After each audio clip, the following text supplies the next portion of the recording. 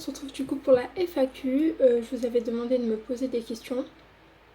Je vais pas avoir la même tenue durant la vidéo parce que j'ai commencé le tournage actuellement.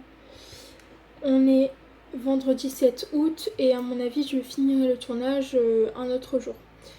Donc du coup je vais répondre à vos questions. Le but de cette FAQ c'est par rapport à la nouvelle chaîne d'en savoir un peu plus. Et du coup je vais prendre vos questions directement sur YouTube et je vais lire les commentaires et répondre à vos questions. Donc là on commence avec la première abonnée, il me semble que c'est une fille qui me pose plein de questions. Donc je vais vous lire le commentaire.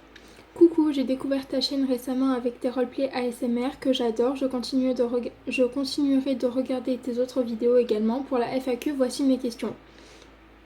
Comment gères-tu les critiques ou les commentaires négatifs? Qu'est-ce qui t'a donné envie de te lancer sur YouTube? Quelle est la chose dont tu es la plus fière aujourd'hui?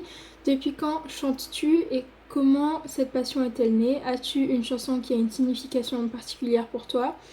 Comment travailles-tu ta voix au quotidien? Quels sont tes styles musicaux préférés et une chanson que tu aimerais chanter? Quel style de danse préfères-tu et pourquoi? Ok, donc je vais répondre à toutes ces questions une par une. Donc déjà, la première, comment gères-tu les critiques ou les commentaires négatifs? Alors, j'ai de la chance parce que depuis que je suis sur YouTube, j'ai jamais vraiment eu de commentaires négatifs ou de critiques. Et je trouve que quand j'en ai, alors si c'est des critiques et que c'est positif, je les prends très à cœur et j'essaye de m'améliorer pour pouvoir du coup plaire à mes... Enfin, pour que mes vidéos plaisent à mes abonnés, pas pour moi, parce que moi perso, j'ai pas spécialement envie de vous plaire. Non mais enfin, quand c'est des critiques qui sont constructives, positives, que c'est là pour m'encourager et m'améliorer, je les prends volontiers parce que justement je cherche beaucoup ça, je cherche beaucoup ce truc de qu'est-ce qu'ils vont penser et c'est pour ça qu'en ce moment je suis dans une grosse phase de doute. C'est parce que sur la vidéo il y a 2 semaines maintenant, la vidéo où je disais que c'était un nouveau départ, que les choses allaient changer, j'ai pas eu beaucoup de retours et ça m'a vraiment fait peur. Je me suis dit, mon Dieu, les abonnés, ils réagissent pas. Qu'est-ce que c'est? Comment ça va se passer? Honnêtement, j'ai peur parce que c'est seulement la 3e vidéo, sachant que à l'heure où je tourne, la 2e n'est pas encore sortie. Vous voyez, tout ça, ça me fait un peu peur parce que ça sera plus seulement de l'ASMR et les gens, je sais qu'ils sont beaucoup là pour ça, pour l'ASMR, mais vous inquiétez pas, il y en aura toujours, comme je l'avais dit précédemment. Donc les commentaires négatifs, j'en ai jamais trop eu. Si, peut-être au début sur mon ancienne chaîne que du coup j'ai perdu, mais il y a de ça très longtemps. J'avais un peu de commentaires négatifs, mais c'était une période où je venais à peine de me lancer sur YouTube et c'était vraiment compliqué. C'était une période très compliquée pour moi et c'est vrai que du coup les gens qui savaient, ils mettaient des commentaires négatifs, donc oui, c'est sûr que ça m'a pas fait vraiment plaisir, mais après à l'heure actuelle, si j'ai des commentaires négatifs, soit je réponds avec humour, style imaginons un jour j'ai reçu un commentaire, je sais plus qu'est-ce que j'avais répondu, mais c'était sous une de mes vidéos qui est encore qui est sur la chaîne. Je sais plus quelle était la vidéo, mais je sais qu'il y avait un commentaire un peu enfin, ça me plaisait pas trop et j'ai répondu avec humour. Enfin, vous voyez, j'essaye toujours de répondre ironiquement ou avec humour ou des trucs comme ça. Et si vraiment le commentaire, bon, j'ai jamais eu et touche du bois, j'en aurai jamais. Mais si c'est vraiment des commentaires grossiers ou quoi, dans ces cas-là, je supprime le commentaire et éventuellement je bloque la personne selon les propos. Voilà, donc voilà. Et sinon, pour les critiques, si elles sont négatives, évidemment, je réponds aussi avec humour, blague. Voilà, je suis une personne très... j'essaye de relativiser les ondes négatives, c'est pas un truc qui est fait pour moi. Donc j'essaye d'écarter tout ça, de me dire, ok, elle a mal répondu, je vais bien lui répondre, t'inquiète pas. Voilà, après je suis une personne qui s'énerve très très vite. Mais j'essaye souvent en commentaire d'être respectueuse, bien, zen, de surtout répondre avec humour, c'est ce qui me fait bien rire parce que du coup les gens, ils sont là, ils te mettent un commentaire négatif en pensant que tu vas te sentir super mal et en fait je me sens pas super mal parce que je le prends Enfin, je lui réponds à la rigolade, style, je sais pas, mais si la personne me dit ah tu fais mal ça, je vais lui répondre bah vas-y, essaye de faire mieux que moi, tu vois. Je vais répondre un truc comme ça. Et moi je trouve ça drôle. Après, la personne qui le reçoit, elle se sent bête parce qu'elle pense que ça va me blesser, mais en fait ça me blesse pas spécialement. Voilà. Euh, Qu'est-ce qui t'a donné envie de te lancer sur YouTube? Eh ben j'ai commencé YouTube quand j'avais 15 ans. C'était au mois de juillet. Je passais une période très compliquée dans ma vie. J'étais au collège, ça se passait pas très bien. Je me faisais harceler. Et du coup, ben, je me suis dit, j'ai découvert l'ASMR dans ces eaux-là. Et je me suis dit que ben ouais, c'était cool, ça m'aidait beaucoup à m'apaiser et tout. Et puis un jour, j'ai craqué, je me suis dit, vas-y, moi aussi je vais essayer. Donc ça, c'était sur mon ancienne chaîne que j'ai perdue il y a 2 ans. Non, ça fait 4 ans maintenant que je fais de l'ASMR. Ça vient de faire 4 ans, donc j'avais 14 ans. Euh, Bref, du coup, ça c'était. J'ai perdu ma chaîne il y a 3 ans, donc celle-là, c'est la chaîne que j'ai refait il y a 3 ans. Oui, voilà. Bref. Et cette chaîne-là, elle a 3 ans depuis le mois de juillet, je suis choquée. Non, depuis le mois de septembre. Bon, on s'en fout. Et bref, et du coup, j'ai commencé YouTube en mode vas-y, je fais une vidéo, mais la vidéo pas du tout qualitative, pas de miniature, pas d'intro, pas d'outro, rien. Rien vraiment. Les premières vidéos, c'était là, je vous parle, c'est cash, tu vois.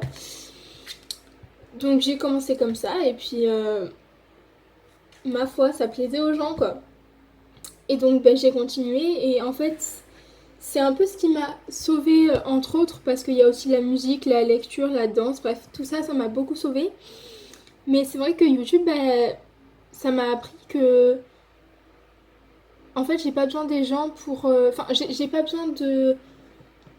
J'ai pas besoin de créer un personnage pour faire plaisir aux gens, pour aimer les gens, pour que les gens même me soutiennent. Et donc vraiment, ça m'a beaucoup fait évoluer YouTube, je trouve, parce que bah, c'est quelque chose que moi j'adore être tout ce qui est réseaux sociaux, faire l'influenceuse et tout, c'est vraiment un truc que j'aime et que, bon, j'en ferai pas mon métier, mais pour le kiff, bah, j'adore ça. Et c'est vrai que bah, du coup, voir que ça plaisait aux gens et que en fait ça aidait réellement les gens, bah, je me suis dit, je vais continuer, j'adore aider les gens. Et peu importe la manière dont je le fais, je sais qu'il y en aura toujours, il y aura toujours quelqu'un pour regarder mes vidéos et tout. C'était la pause fraîcheur. Ah, j'ai mis du rouge à lèvres sur le. Enfin, j'ai mis du gloss parce que c'est pas du rouge à lèvres. Bon, mais je sais qu'il y aura toujours quelqu'un pour regarder la vidéo quand la personne se sent pas bien ou que ben il y a un coup de mou. Enfin, vous voyez, je me dis que en fait la vidéo, elle est pas là juste pour faire le buzz. Elle est vraiment là pour aider les gens. Et d'ailleurs, ça a jamais été mon but de faire des vues, de faire des likes, d'avoir des abonnés. Attendez, j'arrive à 1212 abonnés, il me semble. Quand j'ai commencé YouTube, je m'y attendais pas du tout. Moi, au départ, je me suis dit, ouais, vas-y, je fais ça pour rigoler. Je veux pas de likes, je veux pas de vues, je veux pas d'abonnés. Je me dis, je le fais pour moi avant tout. Et en fait, j'ai vu que ça prenait. Et là, on est 1212. C'est juste fou. C'est juste fou. J'attends des vues à 10 000, 12 000 vues. Vous voyez, c'est dingue, quoi. Donc, je suis vraiment très contente. Après, ben, comme j'ai toujours dit et comme je dirai toujours, euh, si je perds des abonnés, si je perds des vues, si un jour tout s'écroule, bah c'est pas grave. Je continuerai de faire ce que j'aime parce que vraiment, tourner des vidéos, voir que ça aide certaines personnes, bah, franchement, ça me fait tellement plaisir que je passe au-dessus de tout ce qui est like, vues, abonnés. Alors oui, c'est sûr que je m'en inquiète quand même parce que bah, là, ça commence à prendre de l'ampleur et tout. Mais je suis pas là non plus derrière à courir après les abonnés. Vous voyez, là, j'ai perdu quelques abonnés depuis la vidéo où j'ai dit que ça allait un peu changer. Bah, c'est pas grave, c'est la vie. Et je peux comprendre aussi que les gens, ils aient pas envie de voir une fille qui fait. Surtout que je suis très jeune quand même. Mais je comprends que les gens, ils veuillent pas voir une fille qui bah, fait autre chose que de l'ASMR, qui est là pour aussi bah, s'éclater et tout. Donc je peux comprendre, vraiment, je comprends. Euh, Quelle est la chose dont tu es la plus fière aujourd'hui? C'est une question compliquée, attends, je suis jeune. Qu'est-ce que je suis... C'est quoi la chose dont je suis le plus fière aujourd'hui? Je pense que c'est d'être encore là après tout ce que j'ai vécu dans ma vie. Je vais pas rentrer dans les détails, mais il faut savoir que je suis... Déjà, je pars avec un handicap. Voilà, déjà, tout ça, ça fait que ma vie n'a jamais été facile dès le départ. Et puis ensuite, j'ai traversé des épreuves qui ont fait que j'aurais pu m'écrouler 40, 50, 100 fois, 20 000 fois. Enfin, j'ai traversé des choses qui, pour certaines personnes, elles seraient même plus encore là, alors que moi, je suis forte, quoi. Ah, je veux pleurer. Je suis forte. Enfin, non, tout le monde est fort dans la vie, mais je trouve que certaines personnes, elles n'auraient pas eu l'envie de continuer de vivre après ce que moi j'ai vécu. Honnêtement, je rentre pas dans les détails parce que ça reste quand même ma vie privée, mais ce que j'ai vécu, pas beaucoup de monde pourrait le supporter. Et je suis désolée, ça m'émeut. Et vraiment, je suis fière d'être la fille, d'être la jeune femme que je suis aujourd'hui, parce que grâce à toutes ces épreuves et tout, je suis là, quoi. Et puis, je me laisse pas abattre. Et même encore maintenant, j'ai rien que ce qui s'est passé pour la rentrée de terminale. Vous voyez, mes problèmes avec les AESH et tout, voilà, c'est encore une épreuve que c'était compliqué à vivre. Et pourtant, je suis encore là et je me bats. Et Dieu seul sait que j'ai voulu en finir énormément de fois, mais je suis encore là et heureusement. Heureusement, parce que finalement, je suis contente de voir que malgré tout ça, je me relève tout le temps et je suis une petite guerrière, quoi. Je suis une Wonder Woman. Voilà. Depuis quand chantes-tu et comment cette passion est-elle née? Alors, la passion, je l'ai depuis toujours en fait. Il faut savoir que du côté de mon père, j'ai une famille musicienne. Donc tout ce qui touche la musique et tout, c'est vraiment notre truc. Du côté de mon père, c'est vraiment ça, la musique. Alors, on n'est pas... Enfin, ils sont pas tous musiciens pro, parce que moi, je joue pas d'instrument. Mais la moitié de ma famille joue. Mais ils sont pas professionnels, vous voyez. Ils jouent vraiment des instruments pour s'éclater et tout, mais c'est pas du pro. Mais dans la famille, on est vraiment très doués. Et il faut savoir que mon papa chante très très bien. Voilà, et puis du coup, j'ai hérité de ces talents-là. Et donc, je chante depuis que vraiment je suis petite, depuis que j'ai... Je sais pas, je chante avant... J'ai chanté avant d'avoir parlé, je pense. Non, je chante depuis que j'ai 3-4 ans à peu près. Après, oui, c'est sûr que j'ai commencé... j'ai pris que 1 an de cours de chant en dehors de l'école. Et après, à l'école, comme au collège, on avait musique, je m'étais inscrite à la chorale de l'école du lycée, du collège, pardon. Et j'ai commencé les cours de chant, j'ai vraiment fait 3 ans de chant avec cette professeure incroyable de chorale que j'ai pu avoir. Et puis voilà, j'ai vraiment pris 4 ans de cours de chant, c'est tout, 4-5 ans. Voilà, mais après ça, j'ai toujours chanté toute seule, toujours en autodidacte, toujours... En fait, j'ai toujours fait les choses par moi-même pour le chant. Voilà. Donc je chante depuis que j'ai 2-3 ans, allez, 4 ans maximum. Et cette passion, elle vient de ma famille du côté de mon père, du coup. As-tu une chanson qui a une signification particulière pour toi? Faut savoir que à chaque fois que j'écoute une chanson, ça a souvent une signification particulière pour moi. Mais si je devais choisir une chanson, je pense que ça serait Ne me jugez pas de Camille Lelouch. Parce que c'est une chanson qui parle d'une fille qui apprend, qui se relève, qui tombe, en fait qui est là juste avec son histoire et elle dit que les gens ils la jugent, qu'ils la regardent alors qu'ils la connaissent pas et c'est pour ça qu'elle dit ne me jugez pas parce qu'en fait on se connaît pas et vous jugez alors que vous savez pas, voilà. Et c'est un peu moi ce qui me... Enfin, c'est une chanson qui me parle beaucoup parce que par rapport à mon handicap, les gens ils ont tendance à juger, à dire ah ouais, du coup elle peut pas marcher, elle peut pas conduire, elle peut pas courir. Si, je peux faire tout ça, enfin, je peux faire. Marcher, courir, c'est sur une très courte distance, mais je peux le faire. Et conduire, je peux le faire parce que maintenant il existe des équipements incroyables qui vont sur les voitures. Donc oui, je peux conduire, même actuellement, je suis en train de passer mon permis, donc je conduis, je sais conduire, vous voyez. Mais c'est des choses que les gens, ils n'arrivent pas à se dire, ils n'arrivent pas à comprendre qu'en fait, c'est pas parce que tu es handicapé que tu ne peux pas vivre, que tu dois être un légume toute ta vie, ouais. Donc voilà. Donc c'est une chanson qui me parle beaucoup. Après, il y a plein de chansons qui me parlent beaucoup.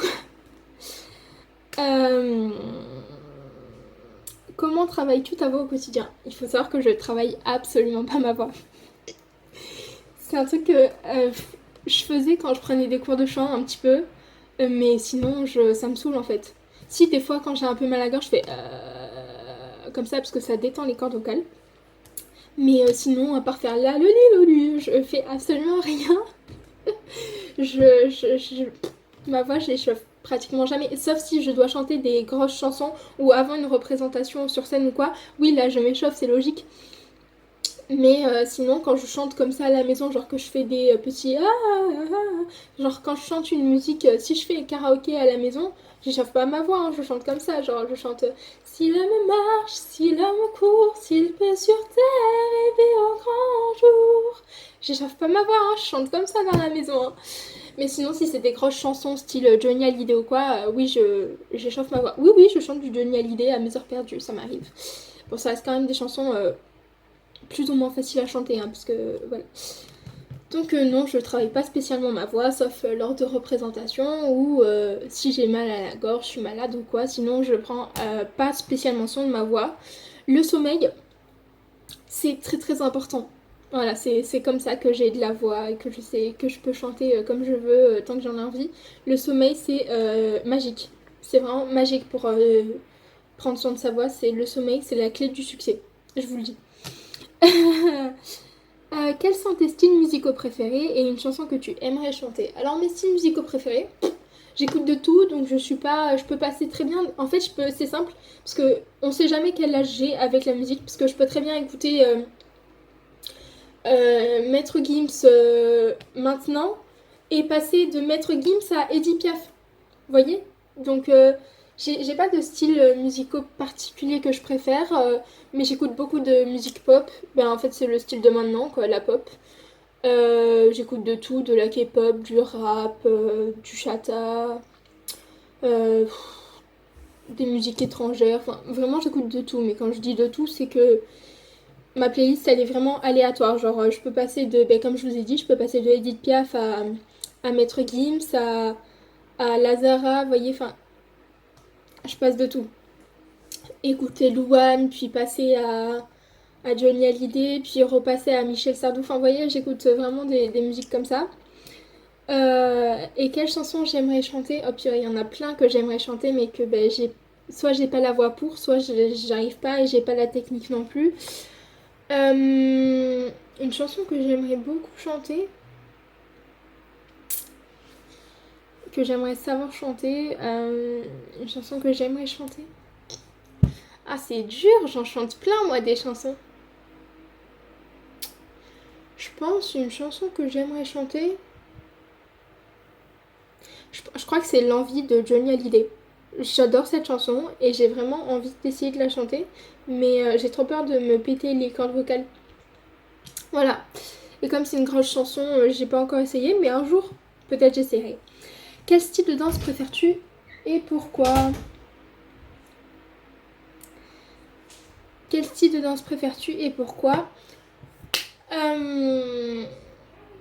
Il faut savoir que je fais de la danse tahitienne et je vais reprendre l'oriental quand je pourrai. Donc je fais de la danse tahitienne et orientale techniquement en cours de danse. Et sinon je danse un peu de tout. Mais du coup mon style de danse préféré ça reste le tahitien et l'oriental. Enfin j'aime bien les danses atypiques, vous voyez, genre tout ce qui est là, qui fait bouger comme ça là. Voilà, j'aime beaucoup ce style de danse et du coup ça vient du côté de ma mère pour le coup. Dans la famille on est très très artistique, hein. Surtout moi, je crois que je suis la plus artistique de la petite famille. Donc du côté de ma mère c'est la danse, du côté de mon père c'est la musique. Voilà, je suis contente.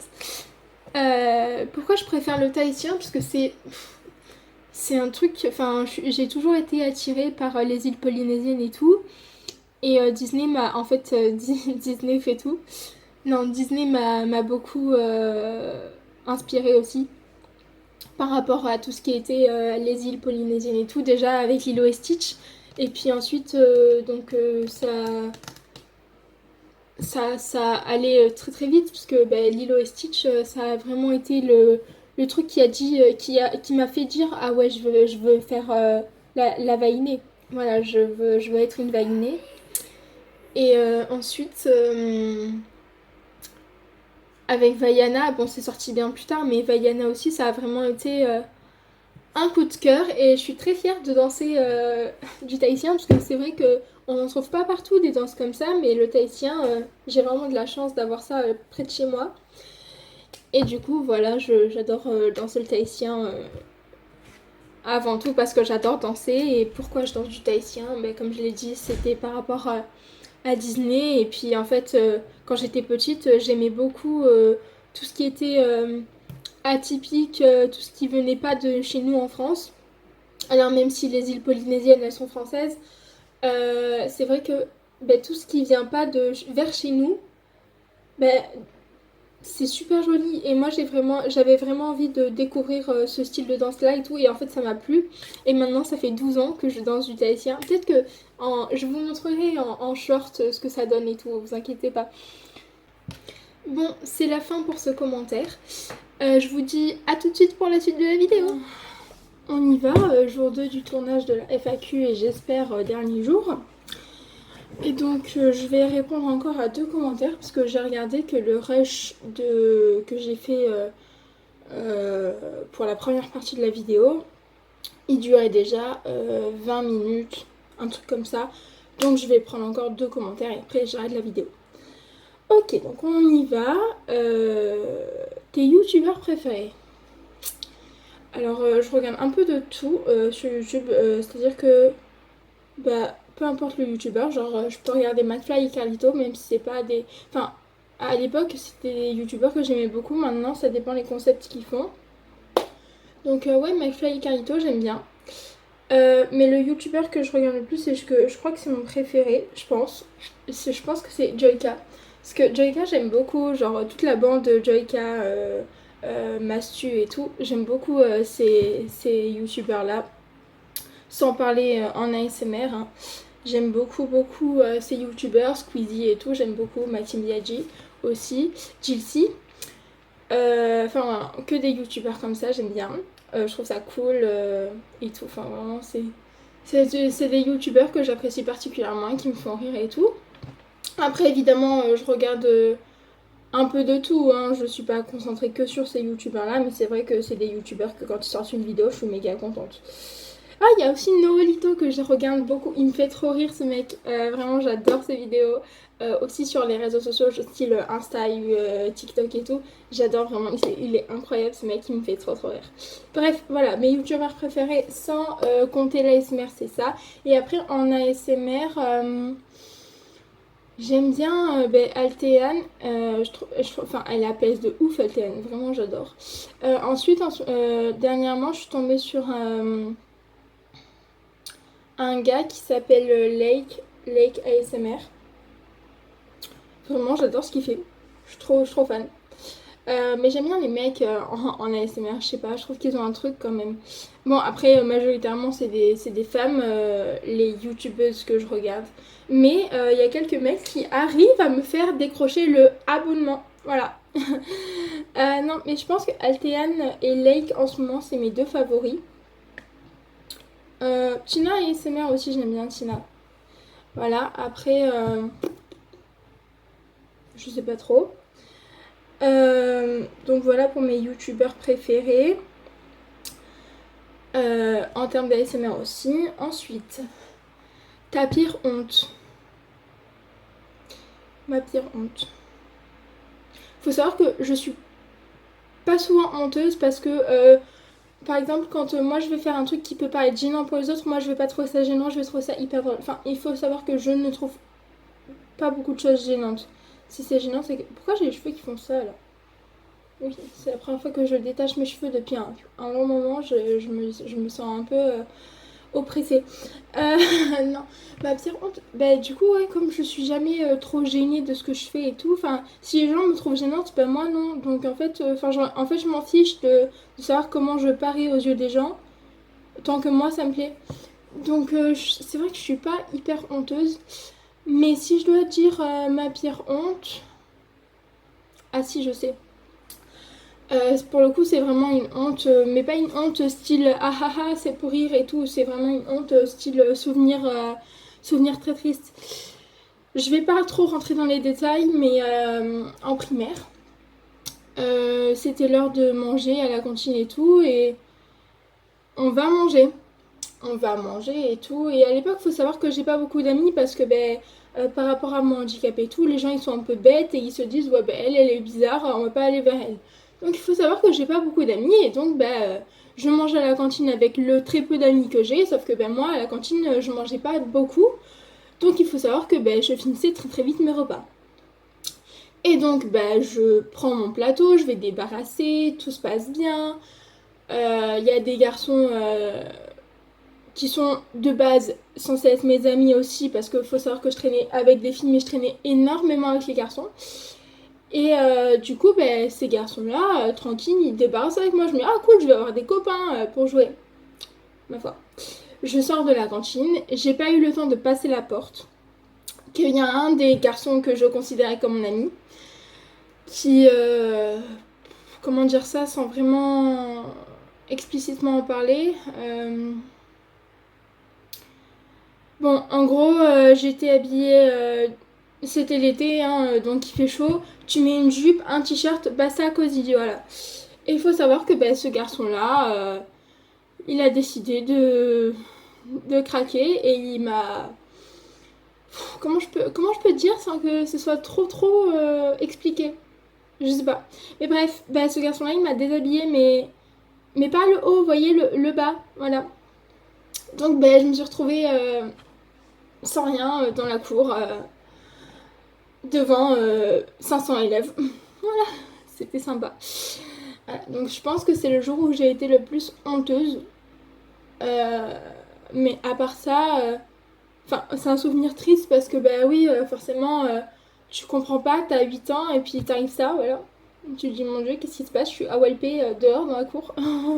Qu'est-ce que je fais? Non, j'avais même pas 8 ans. Ah, j'avais même pas 8 ans, j'étais en CE1, CE2. Alors si j'étais en CE1, j'avais tout juste 8 ans, si j'étais en CE2, j'avais 9 ans. Enfin bref, dans ces alentours-là, 8-10 ans, entre autres. 8-9 ans, plutôt que 10 ans, parce qu'en CM2, après, je l'ai pas eu dans ma classe. Donc 8-9 ans. Et ouais, c'est pas un souvenir joyeux, mais c'est ma pire honte en gros. Même si c'est pas de ma faute, ça reste quand même ma pire honte. Mais sinon, en termes de. Je sais pas si tu parlais de honte style on rit et tout. Genre, tu te ramasses la gueule dans la rue. Oui, c'est sûr, sur le coup, t'as toujours un peu bête en mode ah non, je suis pas tombée. Qu'est-ce que vous racontez? Je suis pas du tout tombée. Mais en fait, si, t'es tombée. Donc, si c'est ça, non, en fait, non. Je crois que j'ai pas de pire honte. À part, du coup, le souvenir pas très gai que je viens de vous raconter. Et enfin, dernière question, quelle a été la pire année de ta vie? Alors, il faut savoir que du coup, au collège, je me suis fait harceler. Donc, quelle a été la pire année de ta vie? Ça n'a pas été une année, mais presque trois. Donc, ça a été de 2021 jusqu'à début 2023. Voilà, début 2023. Et après, tout s'est arrêté parce qu'on a pris les choses en main.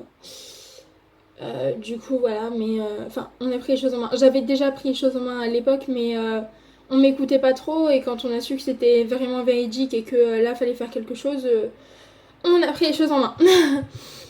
Donc voilà, donc, quelle a été la pire année de ta vie? 2021 jusqu'à début 2023.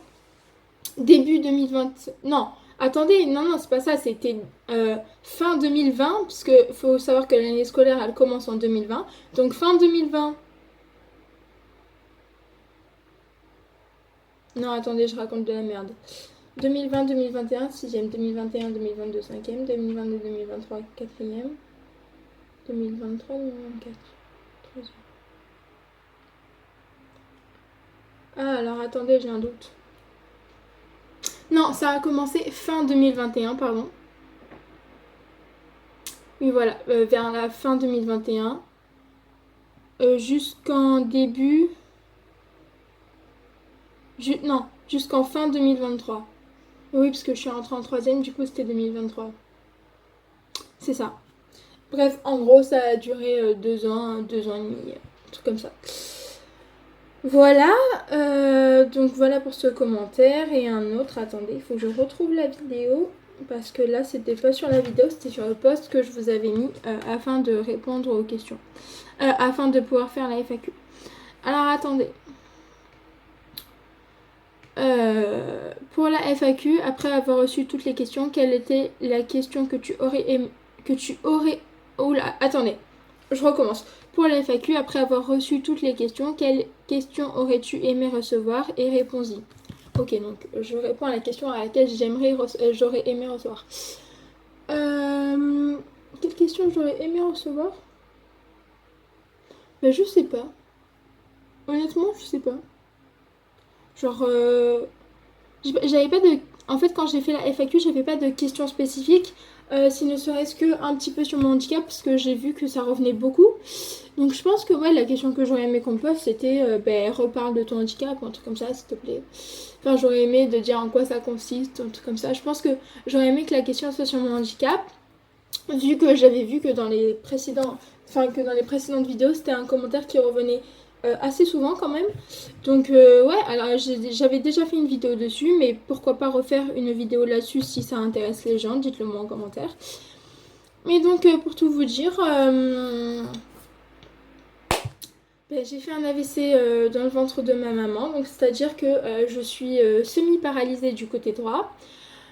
Donc j'ai mes membres, enfin en fait j'ai tout mon côté droit qui fonctionne plus ou moins bien. Là de la main gauche je fais ça, ça marche, de la main droite je peux pas le faire. Ou alors la main gauche elle fait pareil que la main droite, c'est-à-dire que si je dessine, ma main droite va faire pareil. C'est léger, vous voyez, c'est léger, mais ça le fait quand même. Donc voilà, et ça c'est à cause de mon cerveau. En gros j'ai un tout petit trou, mais vraiment un tout petit trou avec plein de cellules mortes dedans. Qui fait que du coup mon côté droit fonctionne pas. Enfin, il fonctionne techniquement vu que je bouge les bras et tout, mais ce que je veux dire c'est qu'il fonctionnera plus dans quelques années. C'est-à-dire que là par exemple, je bouge les bras et tout, les jambes et tout, il n'y a pas de souci. Mais peut-être que dans une vingtaine d'années, allez, on va dire une vingtaine d'années, on va garder un peu espoir. Disons que dans une vingtaine d'années, peut-être que je pourrais plus marcher, je pourrais plus écrire, je pourrais plus faire ce genre de choses. J'espère pas, j'espère que ça ira jusque le plus loin possible, mais bon, sait-on jamais. Et du coup, voilà, c'est ça mon handicap. Donc je le vis très bien, hein, je passe des examens régulièrement, mais en soi, c'est rien, hein, je le vis très bien, je suis hyper joyeuse dans ma vie, je peux conduire, je peux être grave autonome. Franchement, heureusement que je peux être grave autonome. Je remercie grave mes parents de ne pas m'avoir tout fait dans ma vie, parce que si on m'avait tout fait, je ne saurais rien faire aujourd'hui. Et là, franchement, je sais cuisiner, enfin, je fais pas des plats cuistots malades, hein, mais je sais cuisiner, je me débrouille, je sais faire une lessive. Enfin, franchement, je le vis très bien, hein, ouais.